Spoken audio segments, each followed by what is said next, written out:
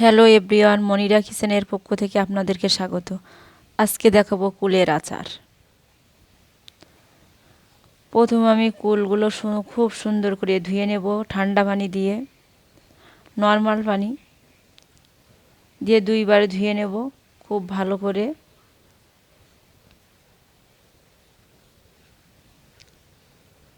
এখন আমি পানি ঝরিয়ে নেব।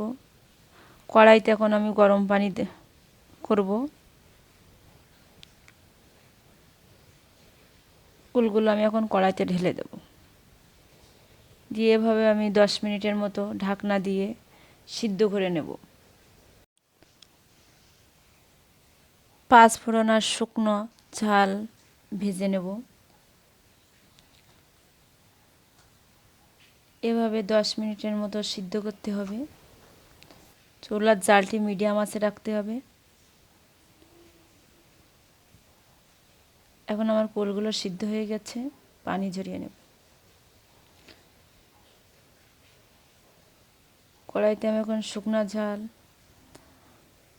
গরম মশলার ডালচিনি দেব, সরিষার তেল দেব, 5 ফোড়ন দেব।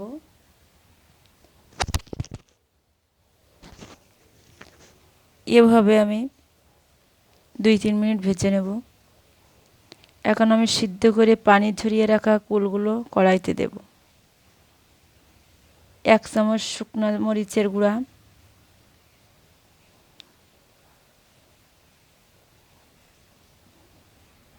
শুকনো ঝাল বা মরিচ, 5 ফোড়নের গুঁড়া দেব,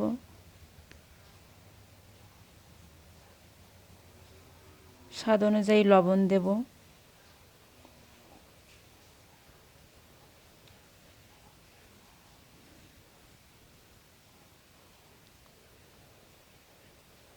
দিয়ে এভাবে একটু মিশিয়ে নেব।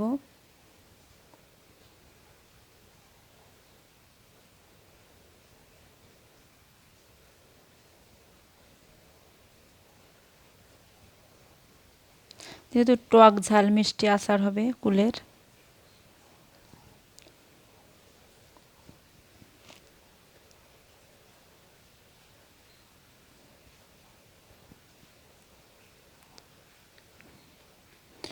এখন আমি 250-র মতো চিনি দেব।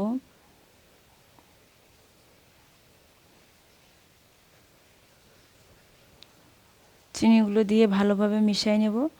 এভাবে আরও 2-3 মিনিট চুলার জাল মিডিয়াম আঁচে রেখে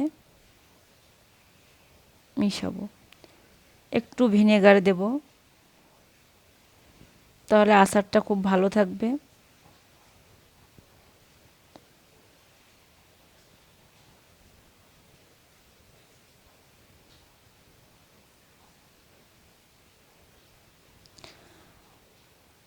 আচার থেকে খুব সুন্দর একটা ফ্লেভার আসছে। এখন আমার আচারটা বানানো হয়ে গেছে।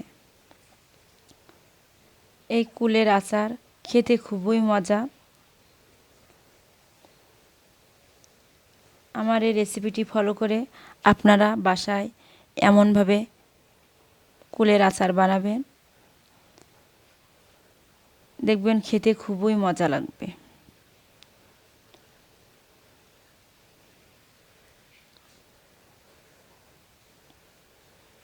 আমার রেসিপিটি যদি ভালো লেগে থাকে তাহলে আপনারা